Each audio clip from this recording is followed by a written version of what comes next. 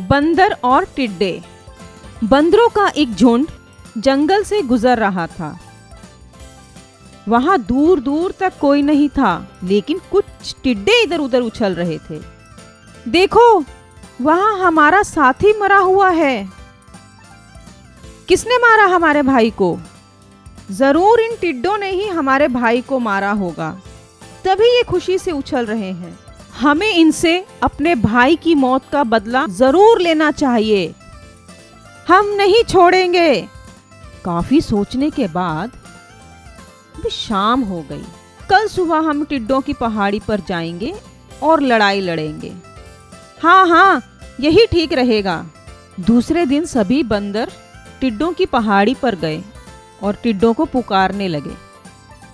दुष्ट टिड्डों, तुमने हमारे भाई को मार दिया है। अब आकर हमसे युद्ध करो। हम बदला लेकर रहेंगे।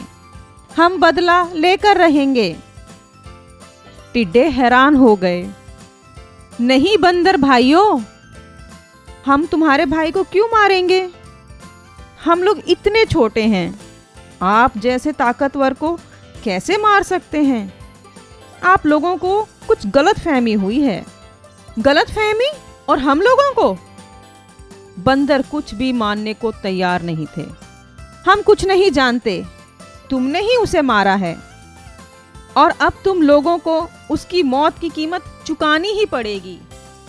टिड्डों का नेता जानता था कि बंदर नासमझ हैं। इनको समझाना असंभव है। कुछ सोचकर बोला, ठीक है, अभी अंधेरा है और सर्दी भी बहुत है। सूरज उगने के बाद क्या हम लोग आपस में लड़ाई कर सकते हैं? बंदर मान गए और सूरज उगने की प्रतीक्षा करने लगे। ठीक है। थोड़ी देर में सूरज उग आया।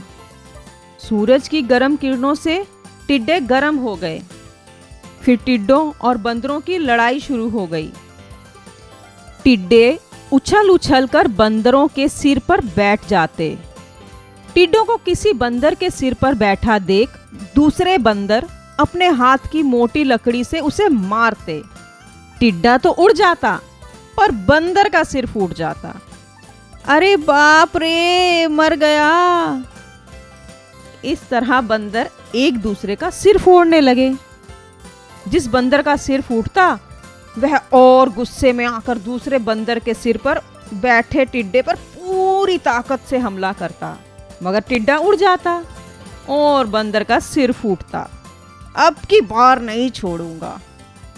इस तरह टिड्डों को मारने के चक्कर में मूर्ख बंदर एक दूसरे का सिर फोड़ते रहे। एक के बाद दूसरा, तीसरा, चौथा, फिर पांचवा, और ऐसे देखते सभी बंदर मरते रहे। सारा मैदान बंदरों की लाशों से भर गया। एक आलसी बंदर जो एक तरफ बैठकर आंखें मटका मटका कर लड़ाई देख रहा था, उसे सभी बंदरों को देखकर भी कुछ समझ में नहीं आ रहा था कि ऐसा क्यों हुआ। अब मैं क्या करूं? वह भी बदला लेने को बड़ा उतावला था।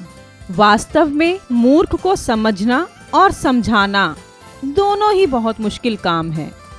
शिक्षा हमें हर परिस्थिति में समझदारी से काम लेना चाहिए।